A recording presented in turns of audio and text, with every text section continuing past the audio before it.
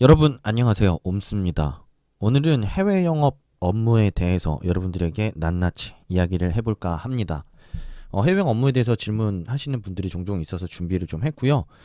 이왕이면 질문을 좀 많이 해주시면 제가 맞춰서 컨텐츠를 좀 준비할 텐데 질문들이 없어가지고 혼자 상상의 나래를 펼쳐가면서 컨텐츠를 만들고 있습니다.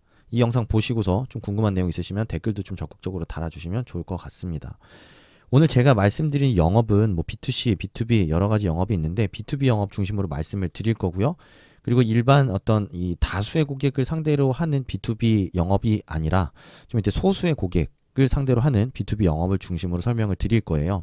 뭐 구체적으로 말씀드리자면 수주산업에 가까울 것 같긴 한데 꼭 이 수주산업에서 영업을 하는 방식 그리고 업무를 수행하는 게 이 B2B 중에서 수주산업에만 적용되는 일은 아닌 만큼 영업이 하는 역할이 무엇인지 어떤 업무를 하는지 그 업무를 만들어내기 위해서 어떤 과정들이 일어나는지를 좀 전체적으로 보시면서 이해를 하시면 다른 이 해외 영업 직군 지원할 때도 많은 도움이 되실 거라고 생각을 합니다. 해외 영업의 로망이라고 한다면 출장입니다. 출장에 가서 글로벌 이런 클라이언트들을 만나서 뭐 내고도 하고 뭐 협상도 하고 뭐 계약도 진행하고 이런 것들을 여러분들이 많이 상상할 텐데요. 이런 걸 상상하시는 분들은 B2C 해외 영업이랑 해외 영업 업무랑 차이가 있다라는 걸 분명하게 인식하셔야 됩니다. 이거 여러분들이 모르면서 B2C 해외 영업 지원하셔가지고 무작정 뭐 해외 출장 많이 다니면서 클라이언트 만나는 줄 아시는데 그게 아닙니다. 뭐 이런 대표적으로 현대차의 해외 영업에 취업을 한다. 여러분들이 주재원으로 해외 법인에 나가는 게 아닌 이상에는 본사 해외 영업팀에서 해외 사업을 지원하는 거고요. 그렇기 때문에 각 시장별로 이 글로벌 시장에서 판매 동향이라든지 판매 실적이라든지 아니면 어떤 제품을 얼만큼 어떻게 보내줘야 되는지 아니면 해외 법인에서 일어나고 있는 다양한 이 사건 사고들을 지원하는 이런 성격의 일들을 하기 때문에 여러분들이 이 B2C 해외 영업을 지원하시는 분들 중에서 만약에 클라이언트들을 해외에 나가면서 출장 다니면서 만나서 뭐 협상하고 이런 걸 상상하신다면 B2C 해외 영업이 아니라 B2B 해외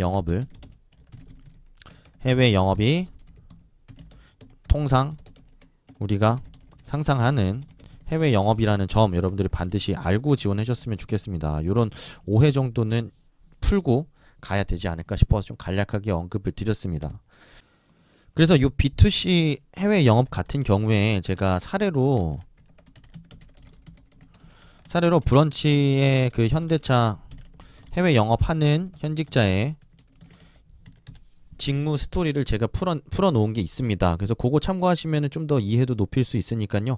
꼭 참고해 보시면 좋을 것 같습니다. 그리고 저는 넘어가서 이 제가 오늘 얘기하고자 하는 B2B 영업의 일상 그리고 그 영업 과정에 대해서 한번 이야기를 이어가 보도록 합시다. 저는 업무 프로세스를 기반으로 좀 얘기를 해볼게요. 가장 중요한 거는 영업 기회 탐색이라고 할 수 있습니다. 뭐냐면 결국에 영업이 신규 시장을 개척한다든지 아니면 고객사를 찾아서 우리의 제품과 서비스를 팔아야 되는 건데 그러려면 기회를 찾아야겠죠. 영업기회 탐색이라는 거는 그래서 뭐 시장이 될 수도 있고 고객이 될 수도 있습니다. 우리가 판매하는 제품을 팔 수 있을 것 같은 시장이나 고객사를 찾아서 이제 접촉을 시도하고 우리의 존재를 알리고 그리고 향후에 있을 잠재적인 영업 기회를 계속해서 만들어가는 과정이라고 보시면 됩니다. 뭐 구체적으로 고객사들과 이제 클라이언트들과 협의를 진행하면서 계약을 체결하고 내고를 하는 과정도 중요하긴 한데 기존에 하는 영업만 잘해서는 회사를 확대시킬 수 없으니 계속해서 신규 시장이나 신규 고객 그리고 잠재 기회들을 발굴하고 미래에 발생할 수 있는 기회를 선점한다는 측면에서 굉장히 중요한 업무라고 생각을 하거든요. 그래서 요 영업기회 탐색이 그 가장 중요한 시작점이 아닐까 생각을 합니다. 요거를 어떻게 하느냐? 뭐 사실은 대중 없습니다.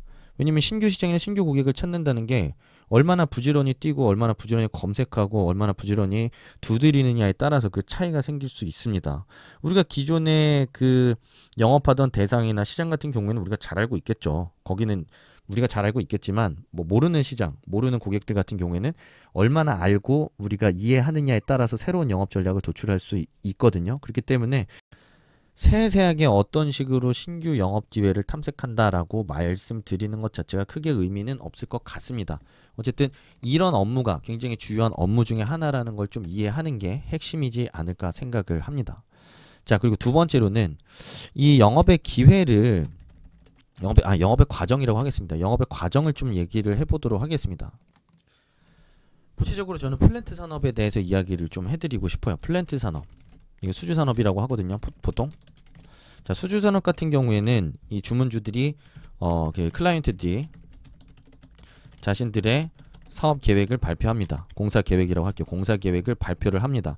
그러면 그 계획을 보고서 입찰을 참여하는 거예요. 입찰 참여를 하는 거예요.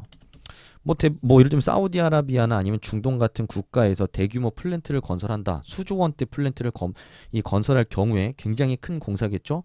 절대 한 업체랑만 한 업체와 그 공사에 대한 내용을 협의하고 내고를 하지 않습니다.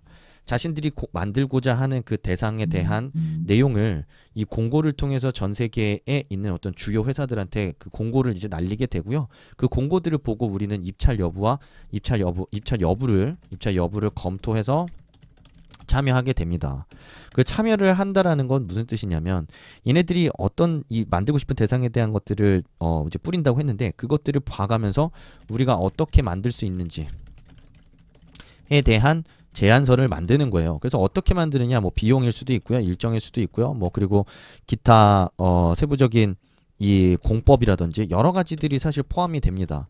그래서 이런 것들은 사실은 회사마다 차이가 있을 수밖에 없어요. 왜냐면 각 회사마다 잘하는 것들이 있겠죠. 누구는 공사를 잘하는데 공사 중에서도 전기 전자 부분에 뭐 좀 이 확실한 역량이 있을 수도 있고, 뭐 어디는 화공 플랜트, 어디는 뭐 예를 들면 육상 플랜트, 어디는 해상 플랜트, 이런 식으로 자기네들이 잘하는 게 다르고 히스토리가 다르기 때문에 그런 히스토리와 자기네가 갖고 있는 역량을 기반으로 해서 이 입찰서를 검토하고 입찰서에 맞게 우리는 얼마의 기간 동안 얼마의 돈으로 어떻게 공사를 잘할 수 있습니다 라는 내용을 담아서 이 클라이언트한테 제출을 하게 되는 거죠. 그래서 그 제안서를 제출하고 나면은 클라이언트가 그걸 검토하고 나서 우선 협상 대상자를 선정하게 됩니다. 뭐냐면은 한 업체를 바로 선정한다기보다는 그 중에 마음에 드는 입찰서들이 몇 개가 있겠죠. 뭐 10개 업체가 참여하면 한 두세 개가 마음에 든다. 그럼 두세 명한테 통보를 합니다. 우선 협상 대상자로 선정이 됐다. 그럼 두세 개 업체들을 대상으로 해서 그 제출했던 제안서와 관련된 더 깊이 있는 논의를 그때부터 시작을 하게 됩니다. 왜냐면은 공사 계획이라는 걸 뭐 이 입찰서를 통해서 이 입찰에 참여하는 업체들이 자신들의 공사 계획을 제출은 하는데 그 양이 어마어마하게 방대하거든요. 그래서 여기 제출하는 그 제안서가 양은 뭐 몇백 킬로가 되기도 합니다. 무게로도 뭐 몇십, 몇백 킬로. 왜 이렇게 말씀을 드리냐면 그 프로포절이라는 제안서를 만들 때 뭐 수천 페이지에 달해요. 계약 사항부터 기술 사항, 그리고 가격 사항, 그리고 어떻게 만들 건지, 그리고 뭐 기타 등등 뭐 검토한 내용들이 모두 다 담겨져 있기 때문에 수천 페이지에 달하는 이 입찰서를 그 주문주한테 제출을 하게 되고, 그거를 이제 클라이언트가 보고 나서 궁금한 것들이 있습니다. 그런 궁금한 사항들에 대해서 우선 협상 대상자들과 디테일하게 구체적으로 협의를 진행하게 되는 거죠. 협의를 진행하면서 내고도 같이 진행을 합니다. 뭐 일정상 혹은 비용상으로 뭐 마음에 안 드는 것들, 좀 더 자기네한테 유리하게 하고 싶은 것들, 이런 것들에 대해서 계속해서 이제 이 입찰 참여자들한테 요구를 하게 되는데요. 이런 부분은 얼마나 잘 협의하느냐에 따라서 뭐 계약적으로나 가격적으로나 뭐 일정적으로나 좀 더 유리한 고지를 확보하기 위한 논의가 서로 간에 진행이 되는 거죠. 자, 그러고 나서 이제 최종적으로 선정을 하게 되는 절차를 거치게 된다고 생각하시면 될 것 같습니다. 설명을 너무 잘해드린 것 같아요. 이 전반적인 프로세스에 대해서. 그리고 그 과정에서의 이 디테일에 대한 이야기를 조금만 더 풀어드리면, 과정에서의 디테일이라고 한번 표현을 좀 해볼까요? 그러니까 이런 영업을 진행하는 과정에 대한 이야기인데, 영업을 진행하는 과정에서 아까 말씀드렸지만 수천 페이지에 달하는 이 제안서를 준비해서 클라이언트한테 보내야 돼요. 근데 영업에서 하는 건 얼만큼? 영업에서 그걸 얼만큼이나 쓸까요? 기술 문서, 생산 문서, 구매 문서, 이런 거 영업이 다 알 수가 없어요. 유관 부서에서 도와줘서 제출을 하는 거예요. 그렇기 때문에 클라이언트가 요구하는 바를 좀 정확하게 이해해서 유관 부서한테 요청을 보내고, 유관 부서와의 협의를 통해서 우리의 어떤 최적의 제안을 같이 만들어 나가는 게 이제 영업에서의 역할이고, 그리고 영업에서만 좀 담당하는 부분, 좀 더 집중적으로 보는 부분이 있다면 계약과 돈이라고 좀 보시면 될 것 같습니다. 계약이라고 하는 거는 계약서예요. 계약서. 이 공사가 수조 원대 내지는 뭐 수천억짜리 공사들이 굉장히 많은데, 이 공사 하나 수행하는데 있어서 일어나는 일들이 굉장히 많습니다. 일정이 지연되기도 하고요. 그리고 뭐 예정했던 대로 뭐 돈이 훨씬 더 초과되는 만큼 들어가기도 하고 갑자기 불의의 사고가 발생해서 이게 누구의 책임 소재인지 불분명한 상황이 생기기도 합니다. 근데 이럴 때마다 이 분쟁이 발생할 때마다 그 근거가 되는 게 바로 이 계약서예요. 계약서 어마어마하게 중요합니다. 그래서 계약서 대충 잘못 체결했다가는 큰일 나요. 그래서 영업부서에서 하는 주요한 역할 중에 하나가 이 계약서를 과거의 어떤 공사를 기반으로 했을 때 어떤 계약사항들을 좀 더 주의해야 될지, 이 공사의 성격을 보았을 때 어떤 부분을 좀 더 집중적으로 검토해야 될지에 대해서 많이 이제 시간을 보내게 됩니다. 뭐 물론 법무팀에서도 이런 계약서 검토를 하는데 많은 도움을 주긴 하는데 그 사업의 성격이나 이 어떻게 좀 이제 클라이언트가 뭘 중요하게 생각하는지 모르기 때문에 법무팀은 굉장히 그런 자신들의 그냥 자신들이 아니죠. 그 조항 그 자체만 보고 이 피드백을 주기 때문에 굉장히 현업에서는 도움이 안 되는 경우가 많습니다. 그래서 영업부서에서 어떤 이런 계약서를 검토하는 시각이 굉장히 좀 중요하고요. 하나는 돈입니다. 돈도 각 유관부서에서 이 공사를 수행하는 데 필요한 이 비용들을 계산해서 다 줘요. 근데 우리가 그걸 그대로 모아가지고 그냥 클라이언트한테 우리 토탈 썸이 뭐 2조입니다 이렇게 주는 게 아니에요.